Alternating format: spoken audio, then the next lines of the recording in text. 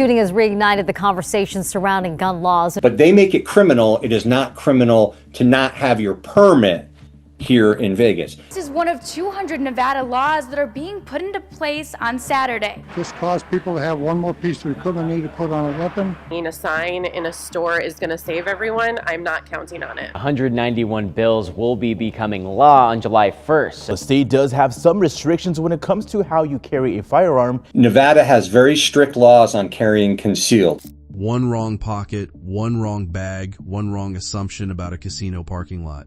That's the distance between perfectly legal and facing a criminal charge in Nevada. And the worst part? Most people who get tripped up aren't criminals. They're everyday carriers who thought they understood the rules, but missed one critical detail buried in the statute.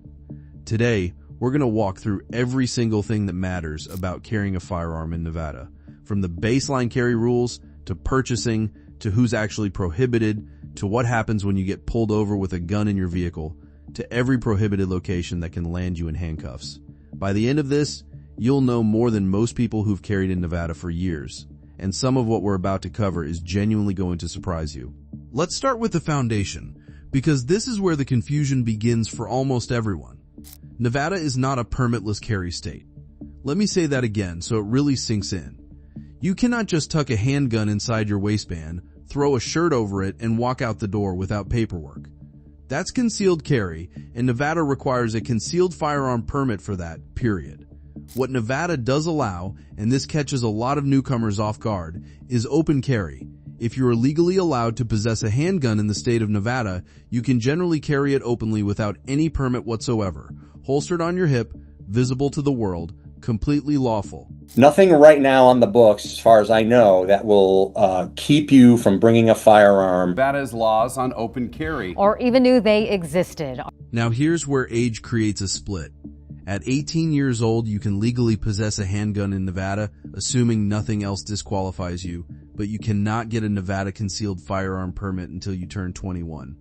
The only exception to that age floor is if you're active duty military, National Guard reserves, or honorably discharged. So for the vast majority of 18 to 20-year-olds, the only legal path is open carry. The moment that handgun disappears under clothing, you've crossed the line without a permit to back you up. A couple more things worth noting on the baseline. Nevada does not have a state-level assault weapons ban. There are no magazine capacity restrictions either. And here's a distinction that trips people up constantly. Nevada law treats handguns and dangerous weapons as separate categories. The concealed firearm permit rules revolve around handguns specifically. Long guns don't get the same treatment under the concealed carry statutes. And that's going to matter again when we talk about vehicles in a few minutes. There are two lanes here, and they work differently in ways that matter. Lane 1 is buying from a licensed dealer, which means a gun store or any federal firearms licensee. When you walk into a shop and pick out a firearm, federal age rules kick in. You must be 18 to purchase a long gun and 21 to purchase a handgun from a dealer. No exceptions on the dealer side. During that purchase, your information gets run through Nevada's own records and the FBI's national background check system. That check comes back one of three ways.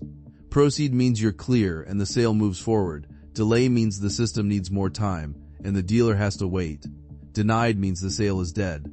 You must get a permit. If you don't have a permit and you're carrying a firearm, that is a felony. The open carry of a firearm in Nevada is 100% legal. And I see people open carry and they do not watch their surroundings at all. Lane 2 is private sales or private transfers between individuals. And this is where Nevada added a layer that a lot of states still don't have.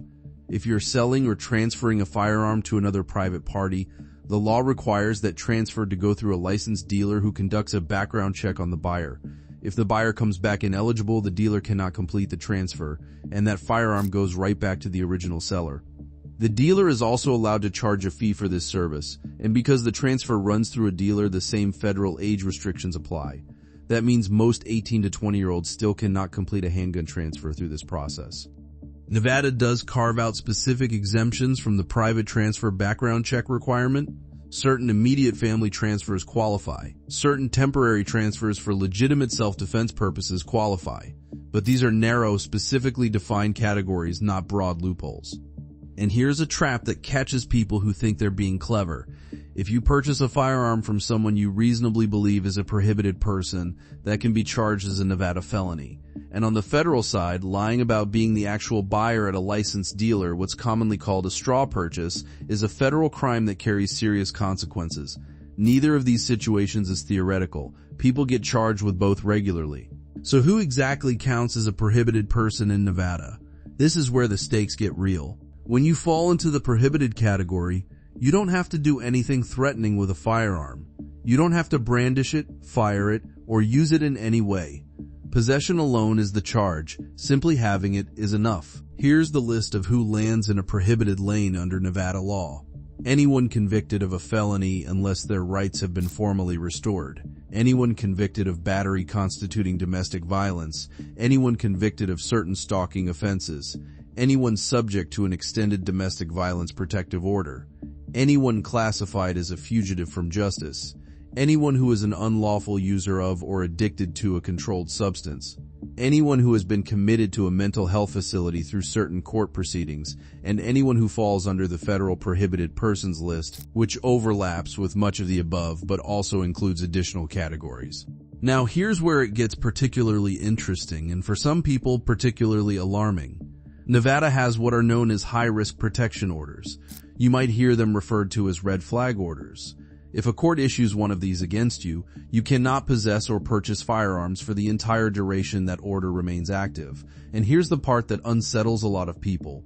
You don't need to have been convicted of a crime for this to happen. The order is based on a judicial finding that you pose a significant risk, and it carries the full weight of law. Violating that order doesn't just mean the original situation gets worse. It's its own separate criminal charge. One more thing that makes this especially serious.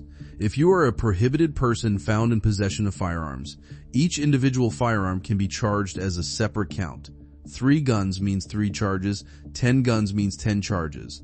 The math gets ugly fast. This is the chapter where the most common mistakes happen because people assume that getting into a car somehow changes the rules or creates new ones. It doesn't. Not in the way most people think. There is no statewide Nevada law that requires a handgun in your vehicle to be unloaded. There is no requirement to lock it in a case. There is no requirement to store the ammunition separately from the firearm. None of that exists in Nevada statute for handguns in vehicles. Here's the only thing that actually shifts when you get behind the wheel. Nevada's concealed carry law applies to a firearm that is concealed upon the person. Those last 3 words are doing all the heavy lifting.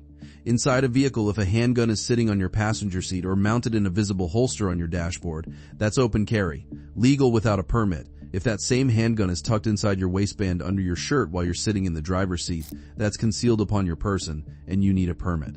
But here's the nuance that saves people and also the nuance that confuses them. If the handgun is stored somewhere in the vehicle itself, we're talking about the glove box, the center console, under a seat, in a door pocket that is not concealed upon your person. It's stored in the vehicle. Vehicle storage does not trigger the concealed carry permit requirement. Body concealment does. The distinction is physical. Is the gun hidden on your body or is it stored in the car? Those are 2 completely different legal situations. And now the detail that catches more people than almost anything else in this entire discussion. If your handgun is inside a purse, a crossbody bag, a satchel, a fanny pack, or any bag that you're wearing or physically carrying on your person, that counts as concealed upon the person. You're now in permit-required territory, even though it feels like it should be the same as a glove box. It isn't. The law follows the bag because the bag is on you. Long guns have their own rule in vehicles, and it's different from handguns. Nevada makes it unlawful to have a rifle or shotgun with a round in the chamber while in or on a vehicle on a public road. Notice the specific language. It's not about having a loaded magazine inserted into the firearm. It's about the chamber. A magazine can be loaded and inserted, but if that chamber is empty, you're on the right side of the line. The moment a round is chambered, you've crossed it. Now let's talk about traffic stops, because this is the real-world moment where all of these rules collide. Nevada does not impose a general duty to inform a law enforcement officer that you are carrying a firearm. If you are carrying concealed under a valid permit, you are required to have your concealed firearm permit and your identification on you, and you must present both if the officer requests them. But you don't have to volunteer the information unprompted. If you're open carrying lawfully without a permit, there is still no general duty to inform. However, and this is critical, if the officer asks you directly whether you have a firearm, do not lie. Lying to law enforcement during a stop creates problems that dwarf anything related to the gun itself. Best practice during any traffic stop where you're armed is straightforward. Keep your hands visible on the steering wheel. Move slowly and deliberately. Before you reach for anything, tell the officer exactly what you're reaching for and where it is. This isn't just legal advice, it's survival advice. It keeps the situation calm for everyone involved.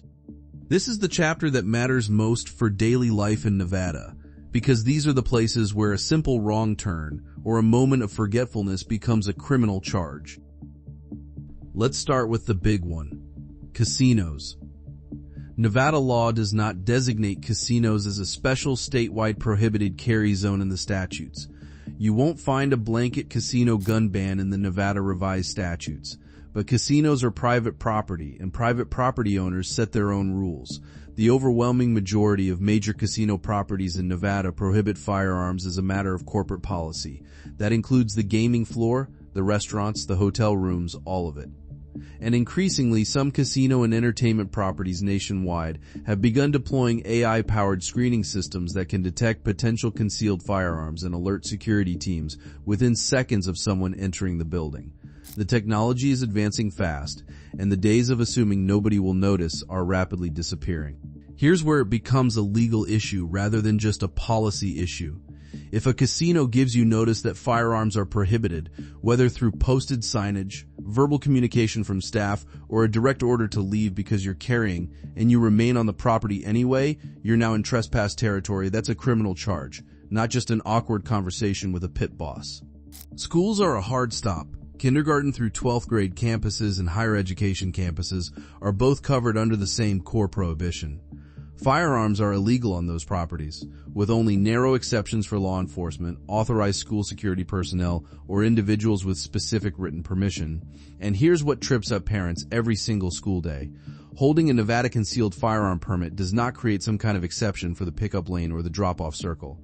Your permit means nothing on school grounds. If you're carrying when you pull into that parking lot, you have a problem. Courthouses and court facilities are absolute hard no zones. No permits, no exceptions for regular citizens. Airports are layered in a way that creates confusion. Past the TSA checkpoint is a federal prohibition, and that one is obvious to most people. But in Nevada, even concealed firearm permit holders cannot carry in public buildings located on airport property. In practical everyday life, people do curbside pickup and drop-off at airports while armed in their vehicles, and the safe approach there is simply keeping the firearm secured in the vehicle and never entering the building. The rules in Nevada aren't complicated once you actually understand them, but the gap between what people assume and what the law actually says is exactly where charges get filed. Know the lines, respect the lines, and carry responsibly every single day. That's it for today, folks. See you in the next video.